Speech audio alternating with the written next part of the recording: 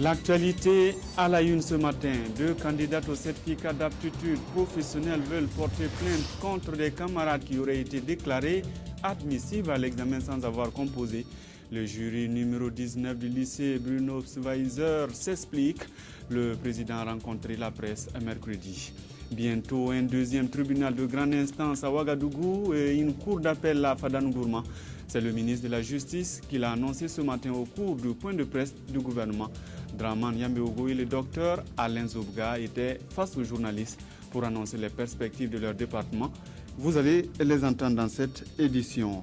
Bonjour et bienvenue au 13h15 de la télévision du Burkina.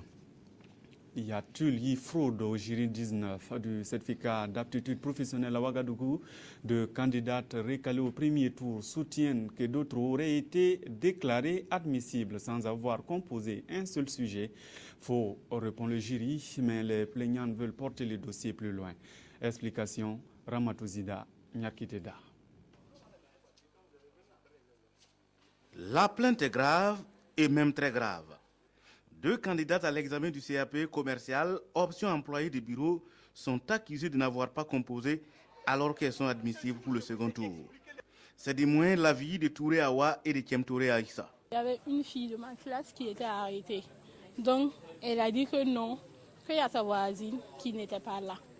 Donc, je suis allée, j'ai déposé ma machine même sur la table pour taper. Je ne l'ai pas vue. J'ai juste dit, j'ai déposé ma machine. Et il n'y avait personne. C'est à la fille, là, à Traoré Awa maintenant, de dire si réellement elle l'a vu ou pas. Sinon, pas à moi. Moi, j'ai juste dit, quand j'ai déposé ma machine, je n'ai pas vu quelqu'un. Des accusations réfutées en bloc par le président du jury. C'est pas vrai. On a procédé sur place, j'ai procédé aux vérifications. Bon, je les ai dit que moi j'ai vérifié, mais les candidats ont bel et bien composé. Donc, le lendemain matin, lundi, c'était la composition du second tour. Avant que les élèves commencent à composer à 7h, à 6h30, je suis passé dans toutes les salles de composition. J'ai donné l'information. Comme quoi, il y a des candidates qui sont venues se plaindre qu'il y a 2 qui sont sur la liste et qui n'ont pas composé. Mais quand j'ai donné les numéros PV des élèves concernés, mais tous les élèves ont réagi. Ils ont réagi tout de suite. Non, c'est pas possible. Elles étaient bel et bien là. C'était bel et bien là, elles ont composé. L'une des plaignantes, Touré Awa, dit ne pas en rester là et compte même saisir les autorités compétentes. Mais pour le président du jury, c'est un malentendu sans doute lié à la numérotation des tables bancs. Quand vous prenez, comme je vous disais, pour la salle 6 par exemple, les candidats qui sont dans la salle, c'est bien le candidat de 91 à 143. Mais on ne les a pas assis dans l'ordre. C'est-à-dire le 91 n'est pas assis, derrière lui c'est le 92, 93. Non. Dans la salle, on mélange. Voilà. Ce qui fait que, par exemple, dans la salle, vous pouvez trouver le 91 qui est assis avec le 120. Ce n'est pas dans l'ordre, mais ils sont tous dans la même salle.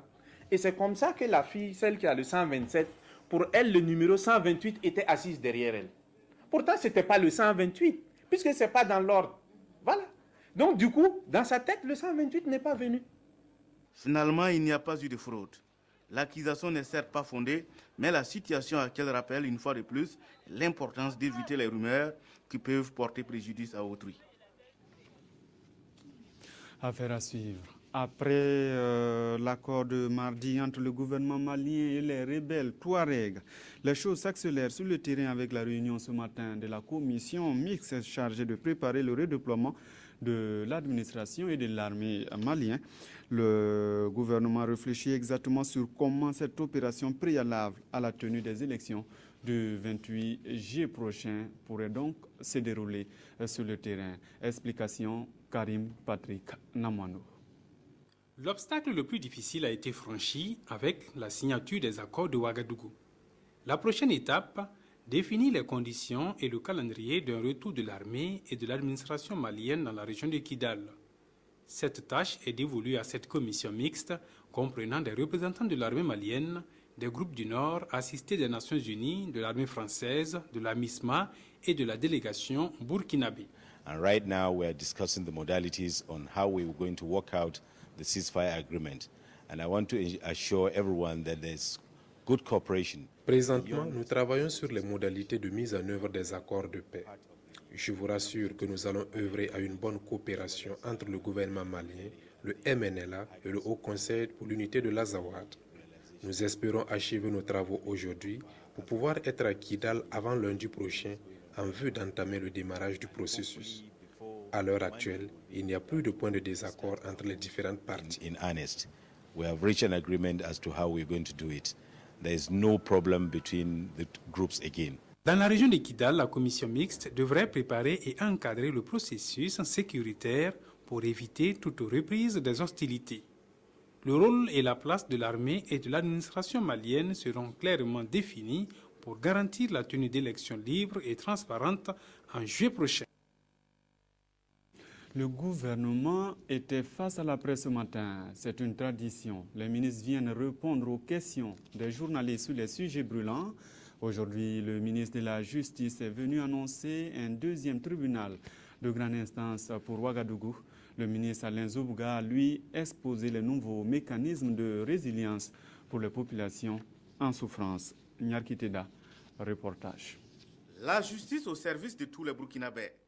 C'est le credo de ce département selon son premier responsable. Draman Yameogo entend faire de l'appareil judiciaire un instrument sûr de l'ancrage démocratique au Burkina.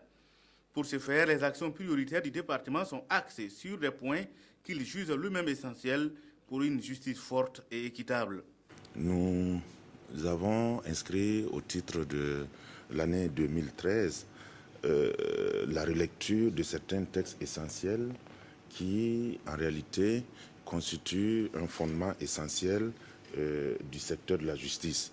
Nous avons également, au titre de nos actions prioritaires, estimé qu'il était nécessaire et que cela s'imposait au secteur de la justice de créer ce qu'on appelle un pool économique et financier au sein du tribunal de grande instance de Ouagadougou et au sein du tribunal de grande instance de Bobo-Dioulasso.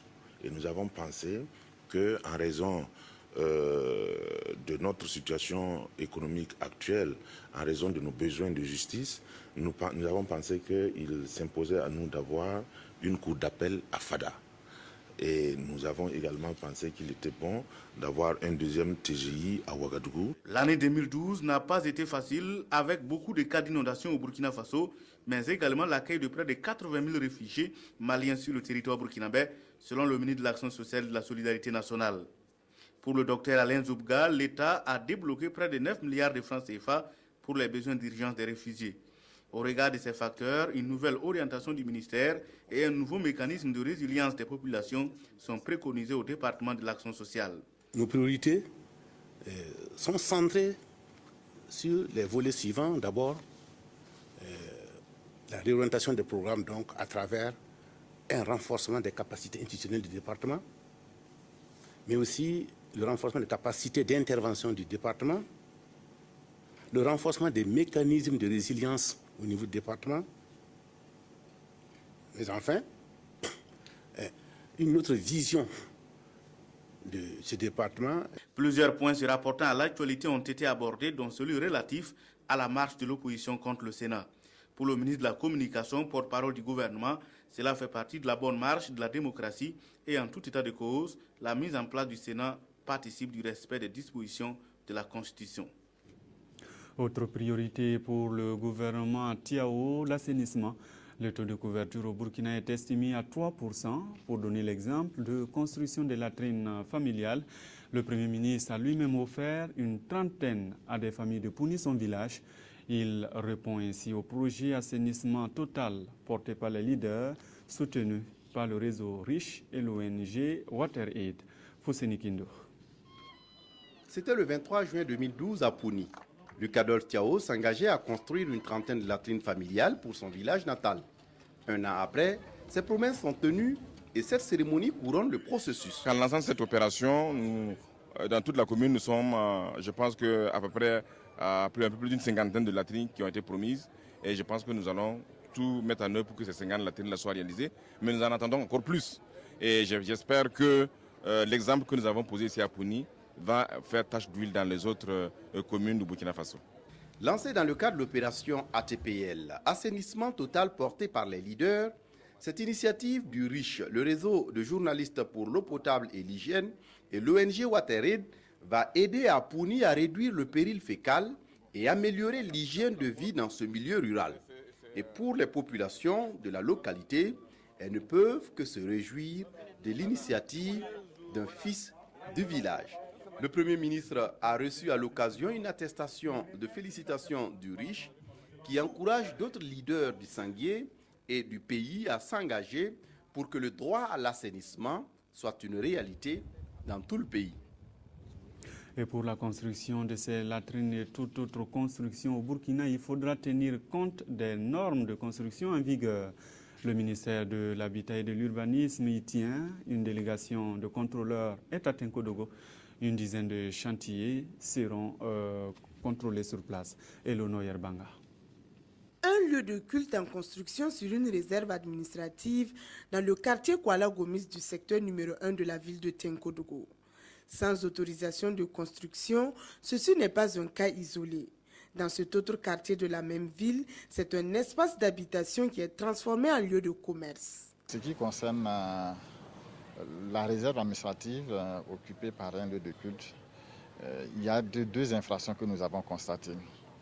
L'une porte sur le fait que la réserve n'a pas été l'objet de changement de destination ou de déclassement. Et la deuxième infraction, c'est que le lieu de culte a été construit sans autorisation préalable, c'est-à-dire le permis de construire. Et comme c'est un établissement recevant du public, il y a nécessité, c'est même une obligation d'obtenir le permis de construire avant toute construction. Et nous avons demandé aux intéressés de suspendre les travaux en attendant que les dispositions réglementaires et législatives soient respectées.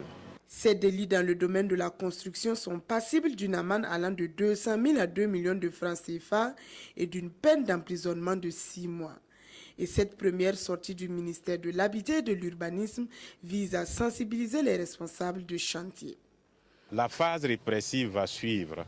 C'est pourquoi je voudrais également inviter toute personne, propriétaire de maison, propriétaire d'un bâtiment, à en faire un lieu sécurisé pour lui-même, sa propre famille et également pour les personnes et leurs biens.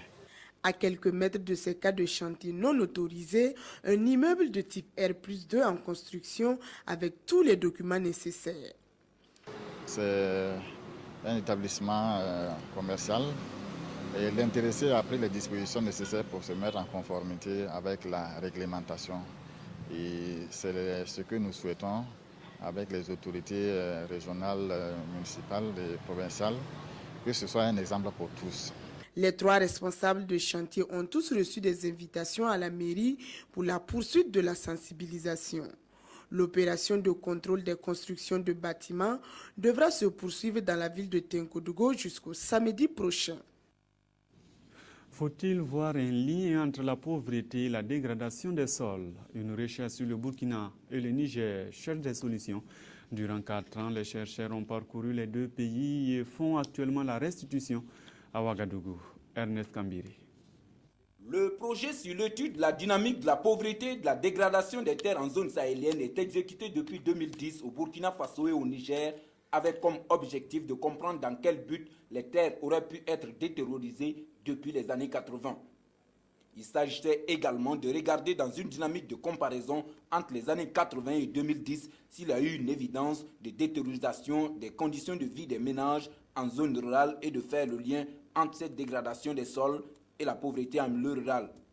Et au terme de cette étude, les résultats des 4 années de recherche sont restitués au cours de cet atelier régional. Cadre propice d'échange sur la pertinence des résultats générés par le projet, la rencontre permettra aux différents acteurs de mieux cerner la dynamique de la pauvreté et de la dégradation des sols au Niger et au Burkina. Au terme de ces échanges, les acteurs impliqués vont disposer d'une base importante de données sur les trajectoires de développement à même de réduire la pauvreté et la dégradation des terres en milieu rural. Une autre rencontre fait le point sur l'utilisation des produits chimiques dans les zones minières et cotonnières. Là aussi, 3 études ont été réalisées pour comprendre l'impact de la situation sur l'environnement. Elles doivent proposer des pistes pour sa préservation. C'est Sylvestre. Ces cadres du ministère de l'Environnement et du Développement durable ont 3 jours pour valider 3 études sur l'état des lieux de la gestion des produits chimiques dans les zones minières et cotonnières au Burkina. Ce sont des études réalisées dans le cadre du projet Initiative Pauvreté Environnement piloté par le PNUD. Les 3 études qui sont soumises à l'examen ce matin portent essentiellement d'une part sur la situation de la gestion ou le coût de l'inaction dans la gestion des produits chimiques dans les secteurs du coton et des mines au Burkina Faso. Deuxièmement, la situation au niveau du cadre réglementaire et législatif en ce qui concerne l'utilisation des produits chimiques. Et enfin, troisièmement, une étude sur l'utilisation des produits chimiques, en particulier dans le secteur artisanal minier, dans la perspective de la promotion d'autres pratiques plus durables en matière d'utilisation des produits chimiques. Pour accroître les rendements dans les secteurs de l'agriculture et de l'exploitation minière, producteurs artisanaux et industriels utilisent des produits tels que le mercure, le cyanure et les pesticides. La mauvaise utilisation de ces produits cause des impacts souvent irréversibles sur l'homme, les animaux et l'environnement. Les populations ignorent leur impact sur la santé humaine, sur la santé animale, sur les sols même. Donc je pense qu'il y a plus de 1000 molécules qui sont introduites dans le pays comme ça. Et donc nous allons voir aujourd'hui quel est cet état des lieux-là pour que les uns et les autres, les techniciens, donnent leur point de vue. Les participants à cette rencontre de Ouagadougou devront examiner, amender et valider les 3 rapports d'études. Les fruits des réflexions vont être mis à la disposition du ministère en charge de l'environnement. Des données qui devraient faciliter l'intégration de la gestion écologique rationnelle des produits chimiques dans les programmes, projets et plans de développement au niveau national. En route pour la politique nationale de la jeunesse, le ministère de la Jeunesse et de l'Emploi forme ses cadres. Dans le processus, un comité doit être installé. Cette formation veut leur donner les moyens d'action. Yolande Lompo. Ils sont environ une trentaine de cadres du ministère de la Jeunesse, de la Formation professionnelle et de l'Emploi à prendre part à cette session de formation. Une formation organisée en prélude à la mise en place du comité de suivi de la revue de la politique nationale de la jeunesse. L'objectif visé par cette formation est de renforcer les capacités des cadres du ministère de la jeunesse en matière de gestion axée sur les résultats, c'est-à-dire renforcer les capacités en matière d'identification des problèmes, de formulation des résultats attendus et de comprendre le processus pour que l'on puisse atteindre un résultat formel. La jeunesse burkinabé doit pouvoir s'épanouir et participer pleinement à la vie de la nation. Réussie. Pour y parvenir, l'UNFPA, qui est leur partenaire technique et financier, se propose de dispenser 3 modules aux participants au cours de ces 5 jours de renforcement de capacité. Le premier va porter sur la formulation de résultats et le deuxième module va porter sur quelles sont les chaînes de résultats. Et avant de formuler les résultats, il faut faire une analyse causale. Quelle est la cause de la manifestation d'un problème?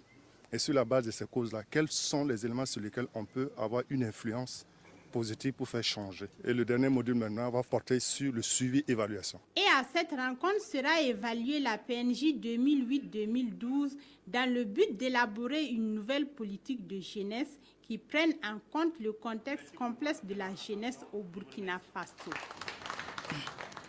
Le mois de la famille et de l'enfant a été une réussite cette année. Parole des autorités du ministère de l'Action sociale. Débutée le 16 mai, la campagne de solidarité envers les enfants a pris fin à Koudougou. Son objectif est d'aboutir à l'épanouissement de la famille et des tout-petits. Pélagie Sawadogo. Lancé le 16 mai dernier à Yako, le mois de la famille et de l'enfant s'achève et cette fois dans la cité du Cavalier Rouge. Une apothéose qui coïncide avec la 23e journée de l'enfant africain commémorée sous le thème « Éliminer les châtiments corporels à l'égard des enfants, notre responsabilité collective ». Le mois de l'enfant, dont la finalité est le plein épanouissement de l'enfant dans une famille équilibrée, a permis d'engranger des acquis s'agissant de la lutte contre la pratique de l'excision et l'élimination des châtiments corporels à l'égard des enfants. Avec la caravane Stop Excision, plus de 6500 personnes et plus de 100 détenteurs de pouvoir local ont été sensibilisés. Un bilan satisfaisant, mais des défis restent encore. Le ministère a une phase de réflexion profonde parce que nous devons approfondir nos actions. Il va falloir donc que nous puissions voir autre chose que ce qui se passe aujourd'hui, en complément pour renforcer l'action. Les partenaires techniques et financiers, le parrain, le gouverneur de la région du Centre-Ouest, tous ont manifesté leur reconnaissance à Mme Chantal Camporé, la patronne de la cérémonie. Ils ont aussi dénoncé les pratiques qui compromettent la vie et l'avenir des enfants et souligné le rôle important de la famille dans l'épanouissement des enfants. Au point de vue messager et au point de vue information, les choses ont bien passé. Ce mois est réservé à une profonde réflexion de manière à ce qu'il y ait un changement qualitatif au niveau des familles, les rapports entre les parents et les enfants, les rapports entre les différents éducateurs et les enfants, pour qu'il y ait plus d'ouverture, plus de transparence, plus de tendresse dans la communication. Séance tenante, un chèque de 20 millions de francs CFA a été remis par le ministère de l'Action sociale et de la solidarité nationale en faveur de 34 centres d'accueil d'enfants en détresse de la ville de Koudougou. Les familles d'accueil ont aussi reçu un chèque de 15 millions de francs CFA et des vivres. Un cadre de formation pour les femmes musulmanes. C'est un forum qui réunit à la fois maîtres coraniques, responsables de femmes musulmanes et leaders religieux. La première édition a eu lieu du 16 au 18 juin dernier. Estelle Judith Assogba. La Ligue nationale des femmes de la communauté musulmane du Burkina bataille dure contre l'ignorance des principes de l'islam. Pour gagner ce combat, elle a choisi d'organiser ce forum sur les cadres d'éducation et d'apprentissage coranique des femmes musulmanes. Compte tenu de l'importance du sujet, cette rencontre a réuni des responsables de femmes musulmanes, des maîtres coraniques et des leaders religieux venus des 45 provinces du Burkina.